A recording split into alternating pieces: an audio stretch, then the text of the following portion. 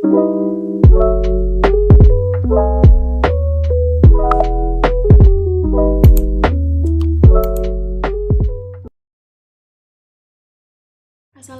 warahmatullahi wabarakatuh. Perkenalkan, nama saya Siti Nur Anissa Bawang Manalu, NIM 0310202006 dari kelas TBO 3. Di sini saya berasal dari Universitas Islam Negeri Sumatera Utara, Fakultas Ilmu Tarbiyah dan Keguruan, Prodi Pendidikan Biologi, Stambuk 2020.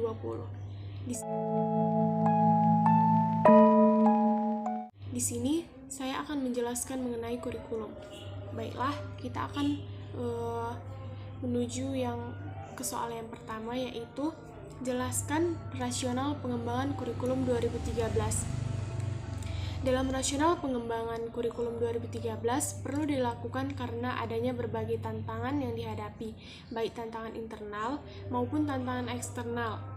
Yang pertama, kita bahas tentang tantangan internal. Pemenuhan 8 standar nasional pendidikan yang meliputi standar pengelolaan, standar biaya, standar sarana prasarana, standar pendidik, dan standar tenaga kependidikan, standar isi, standar proses, standar penilaian, dan standar kompetensi lulusan. Perkembangan penduduk Indonesia dilihat dari pertumbuhan penduduk usia produktif. SDM usia produktif yang melimpah apabila memiliki kompetensi dan keterampilan akan menjadi modal pembangunan yang luar biasa besarnya. Namun, apabila tidak memiliki kompetensi dan keterampilan, tentunya akan menjadi beban pembangunan. Nah, yang kedua, kita membahas tentang tantangan eksternal.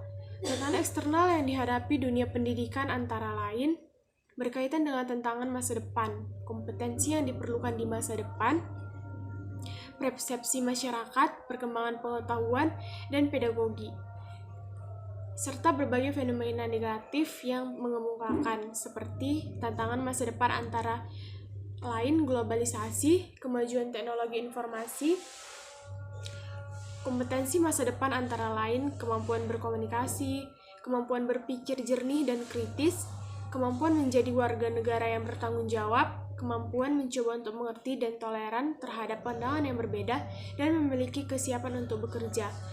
Persepsi masyarakat antara lain terlalu menitikberatkan pada aspek kognitif. Beban siswa terlalu berat, kurang bermuatan karakter.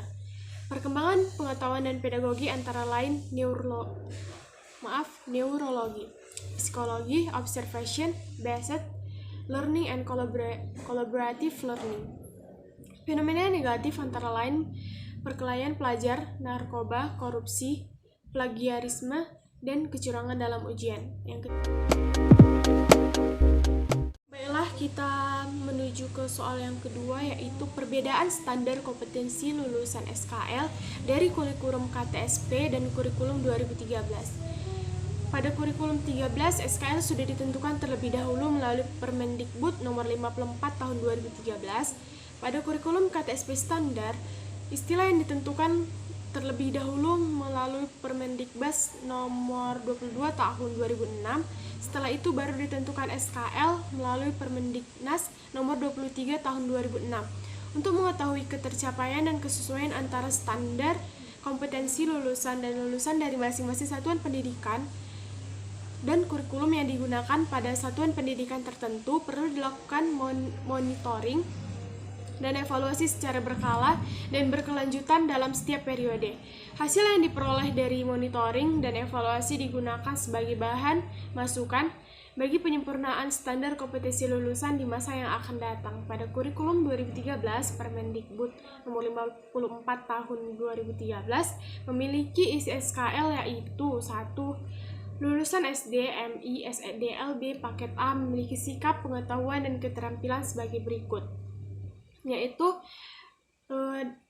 pada sikap, kualifikasi kemampuannya memiliki perilaku yang mencerminkan sikap orang beriman, berakhlak mulia, berilmu, percaya diri, dan bertanggung jawab dalam berinteraksi secara efektif dengan lingkup sosial dan alam di lingkungan rumah, sekolah, dan tempat bermain. Pada dimensi pengetahuan, kualifikasi kemampuannya memiliki pengetahuan faktual dan konseptual berdasarkan rasa ingin tahunya tentang ilmu, pengetahuan, teknologi seni, dan budaya dalam wawasan kemanusiaan, kebangsaan, kenegaraan, dan peradaban terkait fenomena dan kejadian di lingkungan rumah, sekolah, dan tempat bermain.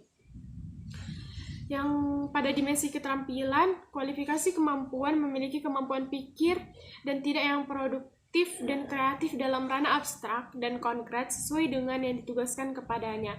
Yang kedua, lulusan SMP, MTS, SMPLB, paket B, memiliki sikap pengetahuan dan keterampilan sebagai berikut, yaitu pada pengetahuan memiliki pengetahuan faktual, konseptual, dan prosedural dalam ilmu pengetahuan, teknologi, seni, dan budaya dengan wawasan kemanusiaan, kebangsaan, kenegaraan, dan peradaban terkait fenomena dan kejadian yang tampak mata. Pada keterampilan, memiliki kemampuan pikir dan tidak yang efektif dan kreatif dalam ranah abstrak dan konkret sesuai dengan yang dipelajari di sekolah dan sumber lain sejenisnya. Dan pada dimensi sikap, kualifikasi kemampuannya itu memiliki perilaku yang mencerminkan sikap orang beriman, berakhlak mulia, berilmu, percaya diri, dan bertanggung jawab dalam berinteraksi secara efektif dengan lingkungan sosial dan alam dalam jangkauan pergaulan dan keberadaannya. Yang ketiga itu pada lulusan SMA, MA, MAK, SMALB, paket C, memiliki sikap, pengetahuan, dan keterampilan sebagai berikut. Pada sikap, itu kualifikasi kemampuannya itu memiliki perilaku yang mencerminkan sikap orang beriman, berakhlak mulia, berilmu, percaya diri, dan bertanggung jawab dalam berinteraksi secara efektif dengan lingkungan sosial dan alam serta dalam menempatkan diri sebagai cermin bangsa dalam pergaulan dunia. Baiklah, kita lanjut ke persoalan yang selanjutnya, yaitu keterkaitan antara karakteristik mata pelajaran biologi dengan pendekatan pembelajaran yang direkomendasikan dalam desain pembelajaran kurikulum 2013. Nah, proses pembelajaran sesuai dengan Permendikbud tentang standar proses pendidikan dasar dan menengah sepenuhnya diarahkan pada pengembangan ranah, sikap, pengetahuan, dan keterampilan secara utuh melalui pendekatan saintifik dan diperkuat dengan menerapkan pembelajaran berbasis penyingkapan atau penelitian atau discovery inquiry learning dan pembelajaran yang menghasilkan karya berbasis pemecahan masalah atau project based learning.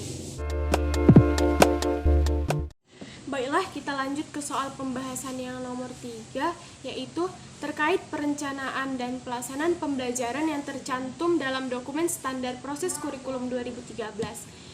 Standar proses dalam kurikulum 2013 adalah sebuah pedoman atau tahapan langkah-langkah bagi para guru saat mereka memberikan pembelajaran dalam kelas dengan harapan proses pendidikan yang berlangsung bisa efektif, efisien, dan inovatif. A. Perencanaan proses pembelajaran. Sesuai dengan Permendikbud nomor 81 tahun 2013 tentang implementasi kurikulum, perencanaan proses pembelajaran meliputi silabus dan rencana pelaksanaan pembelajaran atau RPP yang memuat identitas mata pelajaran, standar kompetensi atau SK, kompetisi dasar atau SKD, indikator pencapaian kompetensi, penilaian hasil belajar, tujuan pembelajaran, dan sumber belajar. Kita melanjut ke pembahasan yang berikutnya, yaitu terkait lingkup dan tujuan penelitian berdasarkan Permendikbud nomor 23 tahun 2016 tentang standar penilaian pendidikan.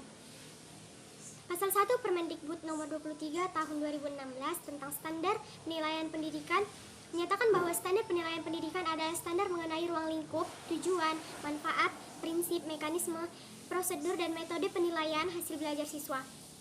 Standar tersebut digunakan sebagai dasar untuk mengembangkan hasil belajar siswa, pendidikan dasar dan menengah. Evaluasi adalah proses pengumpulan dan mengolah informasi untuk mengukur prestasi akademis siswa. Tujuan penilaian berdasarkan Permendikbud nomor 23 tahun 2016 adalah sebagai berikut, yaitu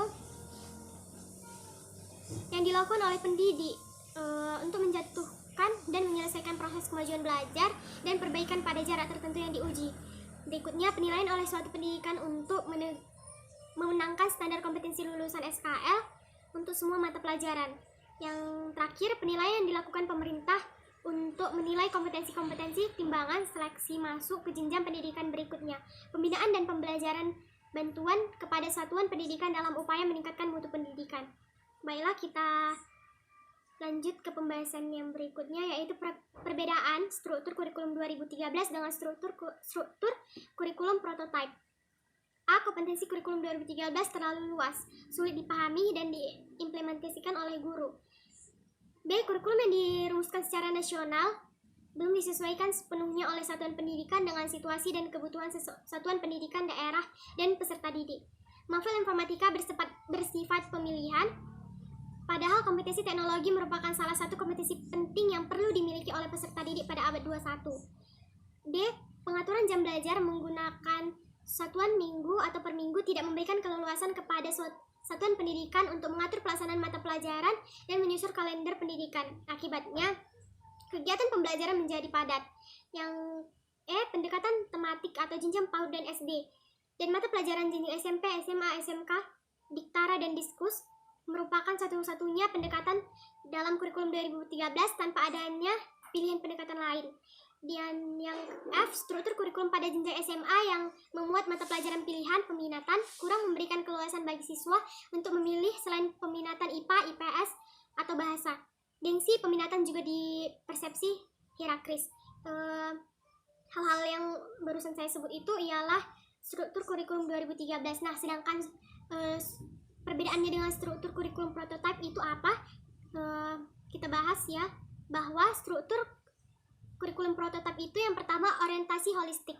Maksud orientasi holistik itu kurikulum dirancang untuk mengembangkan murid secara holistik, mencakup kecakapan akademis dan non-akademis, kompetensi kognitif, sosial, emosional, dan spiritual. Yang kedua itu berbasis kompetensi bukan konten. Kurikulum dirancang berdasarkan kompetensi yang ingin dikembangkan, bukan berdasarkan konten atau materi tertentu.